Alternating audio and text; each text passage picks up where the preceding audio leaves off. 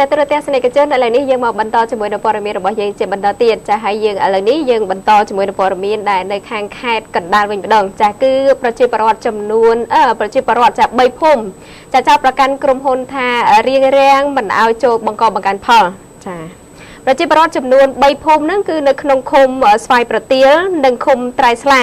ក៏បាននិយាយថាពួកគាត់ហ្នឹងខាតប្រាក់រាប់លានរៀលហើយនឹងចំពាក់ប្រាក់ធនាគារដោយសារតែក្រុមហ៊ុនហ្នឹងគឺបានរារាំងមិនឲ្យពួកគេហ្នឹងចូលទៅធ្វើស្រែចម្ការ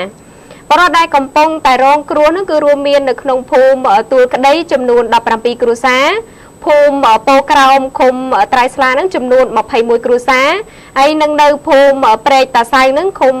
ស្វាយប្រទាលស្រុកស្អាងនឹងចំនួន21គ្រួសារហើយសរុបទាំងអស់ហ្នឹងគឺមានចំនួន59គ្រួសារដែលកំពុងតែជួបការលំបាកហើយចំពាក់លុយធនាគារព្រោះតែក្រុមហ៊ុន Forsur Development របស់លោកអុកញ៉ាឈៀងប៉ាសួរនឹងបានរារាំងមិនឲ្យចូលទៅដាំដុះលើដីស្រែចម្ការដែលពួកគាត់នឹងកាន់កាប់ចិត្ត10ឆ្នាំមកហើយនោះចាលោកឈួនសុកតំណាងប្រជាជននៅភូមិទួលក្តីនិងលោកឈុនទ្រីតំណាងឲ្យភូមិពោក្រោមឃុំត្រៃស្លាព្រមទាំងលោកកុងឆុនតំណាងឲ្យប្រជាពលរដ្ឋភូមិព្រែកតាសៅឃុំស្វាយប្រទាលបានលើកឡើងស្រដៀងគ្នាថាសប្តាហ៍ថ្ងៃនេះពួកគាត់កំពុងតែជួបការលំបាកយ៉ាងខ្លាំងដោយសារតែក្រុមហ៊ុនខាងលើនឹងយកគ្រឿងចាក់ឈូសឆាយលើទំនប់ព័ទ្ធជុំវិញនិងហាមមិនឲ្យពួកគាត់នឹងចូលទៅអាស្រ័យផលនោះទេហើយពួកគាត់ក៏បានត្អូញត្អែថាដីចំការទាំងនោះពួកគាត់បានកាប់រៀនដី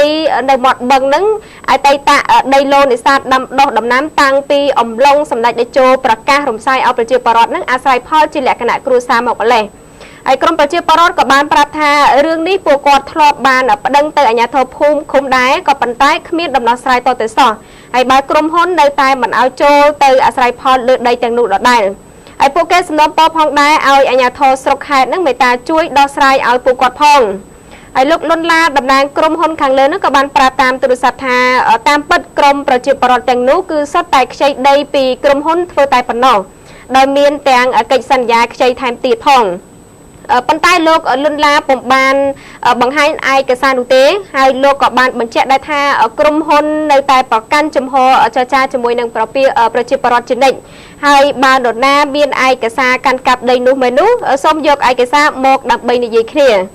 លោកខឹមច័ន្ទគិរីអភិបាលរងខេត្តកណ្ដាលក៏ធ្លាប់បានលើកដែរថាក្នុងនាមជាអាជ្ញាធរខេត្តមិនដែលមើលរំលងនិងមិនអើពើចំពោះបញ្ហារបស់ប្រជាពលរដ្ឋនោះទេ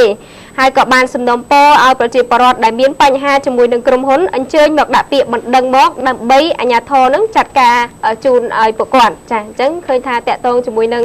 ប្រជាពលរដ្ឋចាចំនួន3ភូមិដែលក្រុមហ៊ុននឹងគឺបានរារាំងមិនឲ្យពួកគាត់នឹងចូលទៅធ្វើស្រែចម្ការទេចាអញ្ចឹងពួកគាត់អត់មានដីធ្វើស្រែចម្ការអញ្ចឹងក៏គាត់ប្រកាសចាទៅដល់អាជ្ញាធរឲ្យជួយដោះស្រាយជាមួយនឹងបញ្ហានេះឲ្យពួកគាត់ផងព្រោះតែពួកគាត់ឥឡូវនេះមានការពិបាកនៅក្នុងការរស់នៅផងដែរចាអរគុណសូមបញ្ចប់ជាមួយនៅព័ត៌មានមួយរឿងនេះឥឡូវនេះយើងមកបន្តជាមួយនៅព័ត៌មានយើងមួយរឿងទៀតគឺកាស៊ីណូច្រករបៀងក្រសាំងជ្រុំហ្នឹងគឺបានបើកចូលមាន់និងលបែងជាច្រើនប្រភេទសង្ស័យថាគ្មានច្បាប់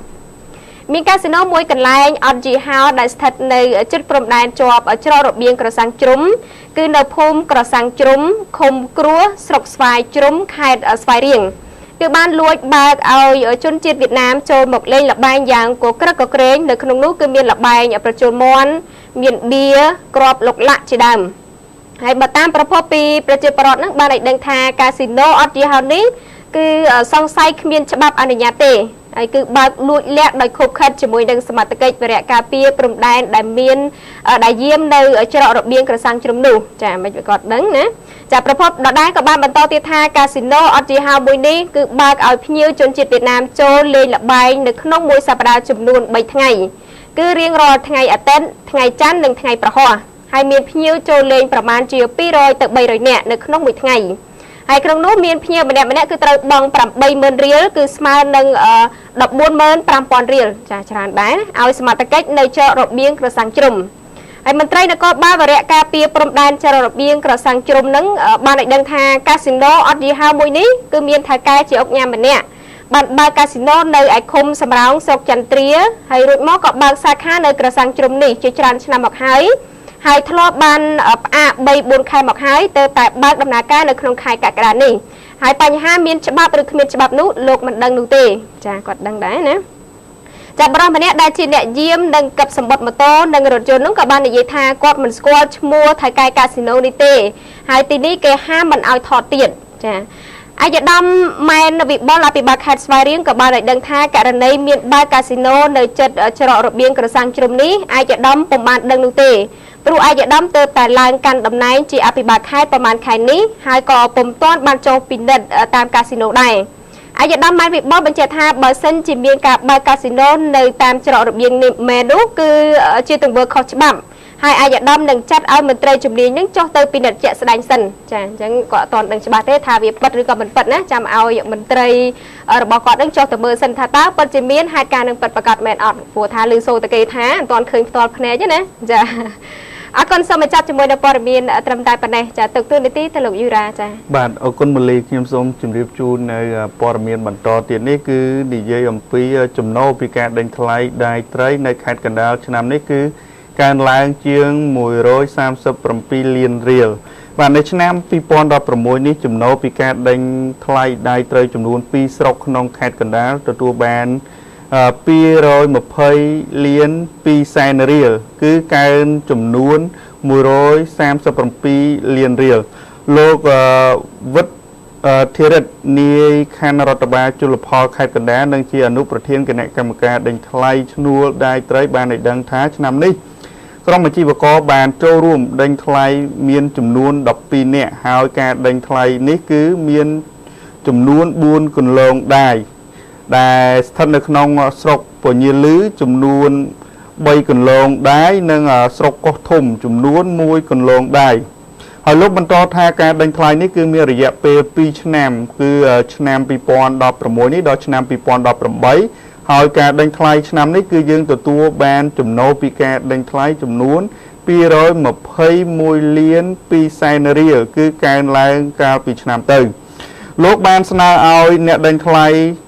នៅពេលបាននេះត្រូវតែអនុវត្តទៅតាមការណែនាំនិងចូលរួមគោរពពិសេសគឺអាជីវករដែលមិនត្រូវធ្វើឲ្យហួសការកំណត់ទេគឺត្រូវអនុវត្តទៅតាមច្បាប់ឲ្យបានត្រឹមត្រូវហើយត្រូវបង់ប្រាក់ទៅតាមសិភៅបន្ទុកឲ្យបានទាន់ពេលវេលាចំពោះ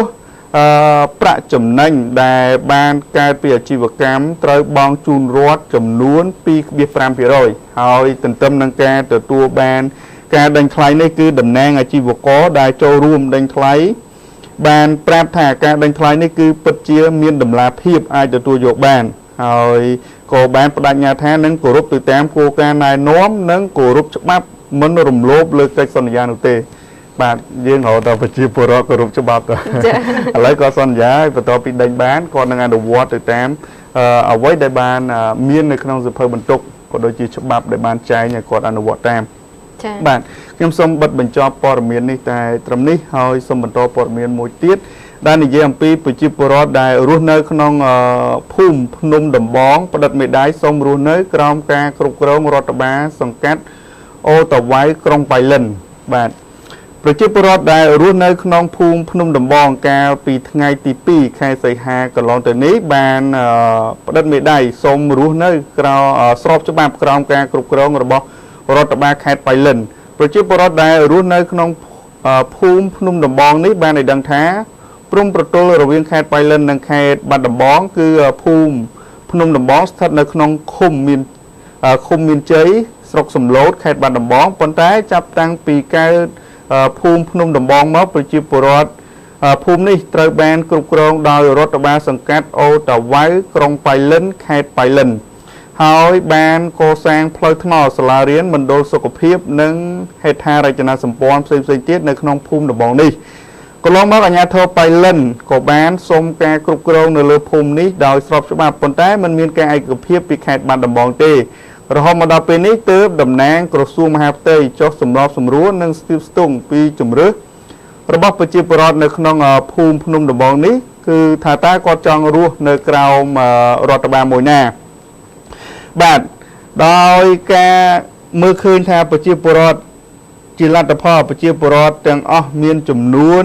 242គ្រួសារ គឺស្មើនឹងចំនួន 1275 នាក់បានផ្តិតមេដាយគឺសូមរស់នៅក្រោមការគ្រប់គ្រងរបស់រដ្ឋបាលសង្កាត់អូតាវ៉ៅក្រុងប៉ៃលិនបាទគាត់ចង់ទៅនៅខាងប៉ៃលិនវិញបើលោកសួនអ៊ុនដែលជាចៅសង្កាត់អូតាវ៉ៃក្រុងប៉ៃលិនបានដឹងថាការពីមុនឃុំមានជ័យស្រុកសំឡូតមិនទទួលស្គាល់ប្រជាពលរដ្ឋនៅក្នុងភូមិភ្នំដំបងនេះទេហើយក៏មិនអើពើអ្វីនឹងពួកគាត់នោះដែរតែនៅពេលដែលមានផ្លូវមានស្ពានមានសាលារៀនគ្រប់គ្រាន់ឃុំមានជ័យចង់ទាមទារការគ្រប់គ្រងវិញដោយសំអាងលើផែនទីព្រំប្រទល់ខេត្តទាំងពីរបាទនេះគឺគេហៅថាប្រជាមតិប្រជាពលរដ្ឋគាត់ចង់ទៅនៅខាងណាគឺអាជ្ញាធរបានសម្រេចតាមបំណងរបស់គាត់ព្រោះការអភិវឌ្ឍនៅតំបន់នោះហាក់ដូចជាមានការរីកចម្រើនហើយមានទាំងសាលារៀនទាំងមន្ទីរពេទ្យជាដើមនេះអញ្ចឹងគឺនៅពេលនេះធ្វើបែបបទដើម្បីឲ្យគាត់បានរស់នៅស្របច្បាប់ចា៎ទៅខាងប៉ៃលិនគាត់ចង់ទៅខាងប៉ៃលិនបាទខ្ញុំសូមបិទបញ្ចប់ព័ត៌មាននេះតែត្រឹមនេះហើយសូមបន្តព័ត៌មានមួយទៀតដែលនិយាយអំពីសមត្ថកិច្ចខេត្តបន្ទាយមានជ័យខរថយន្តដឹកសាច់មាន់ខូចគុណភាពប្រមាណជាង1តោននិងកាពិ10ធុងបាទកម្លាំងនគរបាលប្រឆាំងបទល្មើសសេដ្ឋកិច្ចខេត្តបន្ទាយមានជ័យបានខរថយន្តមួយគ្រឿងដឹកសាច់មាន់ខូចគុណភាពប្រមាណជាង1តោននិងកាពិចំនួន10ធុងកាលពីវេលាម៉ោង 4:30 នាទីថ្ងៃទី4 ខែសីហានេះនៅលើផ្លូវជាតិលេខ 6 ស្ថិតនៅក្នុងភូមិសង្កាត់ឃុំកំពង់ស្វាយក្រុងសេរីសុភ័ណ្ឌម្ចាស់រថយន្តដែលដឹកសាច់ខូចគុណភាពនោះគឺមានឈ្មោះថាប៊ុនបូវិបុលភេទប្រុសរស់នៅភូមិក្បាលស្ពានមួយសង្កាត់ក្រុងពោធិ៍ប៉ែតលោកវិរៈសេនីឯចាប់សុផារិតស្នងការរងទទួលបន្ទុកផែននគរបាលប្រឆាំងបទល្មើសសេដ្ឋកិច្ចនៃស្នងការដ្ឋាននគរបាលខេត្តបន្ទាយមានជ័យបានប្រាប់ថាកម្លាំងនគរបាលបានឃាត់និងឆែកឆេររថយន្តចង្កូតស្ដាំមួយគ្រឿងម៉ាកកាមេរីឆ្នាំ95ពាក់ស្លាកលេខភ្នំពេញ 2A0112 ហើយបាននាំមកស្នងការដ្ឋាននគរបាលខេត្តដើម្បីសាកសួរលោកវិរៈសេនីឯកបានលើកឡើងថាលោកនឹងដុតកំទេចចោលសាច់មាន់និងកាពិខូចគុណភាពទាំងនេះហើយម្ចាស់រថយន្តដឹកសាច់ខាងលើបានឲ្យដឹងថានេះជាលើកទី4ហើយដែលលោកដឹកសាច់មាន់ជាង1តោននិងកាពិ10ធុងដោយមានច្បាប់នាំចូលនិងដឹកចេញពីចំណុចក្បែរព្រំដែនក្នុងសង្កាត់ផ្សារកណ្ដាលក្រុងពោធិ៍ប៉ែតយកទៅចំណុចអាងក្រពើបារាយនៅក្នុងខេត្តសៀមរាបដើម្បីឲ្យក្រពើស៊ីបាទអានេះគាត់យកទៅឲ្យក្រពើស៊ីទេហើយយ៉ាងណាក៏ដោយយើងស្មានតែយកទៅឲ្យមនុស្សចាគេយកទៅឲ្យក្រពើសោះបាទយកទៅឲ្យក្រពើនេះជាលទ្ធភាពមួយដើម្បីឲ្យអាជ្ញាធរលោកពិនិត្យតើស្របច្បាប់ឬក៏មិនស្របច្បាប់យ៉ាងណានោះលេបប្រយ័ត្នតើយកឲ្យក្រពើទៅជាមនុស្សវិញអីចឹងណាគាត់រលេះអីចឹងណាបាទអានេះជាការលើកឡើងរបស់គាត់អញ្ចឹងទេគឺព័ត៌មាននេះបានទៅដល់ដៃរបស់សមត្ថកិច្ចយើងហើយអញ្ចឹងលោកនឹងចាត់ចែងទៅតាមនីតិវិធីបាទដោយសារតែពេលវេលាយើងមកដល់ហើយយើងទាំងពីរនាក់ក៏សូមពេលសម្រាប់បន្តិចសិនបាទ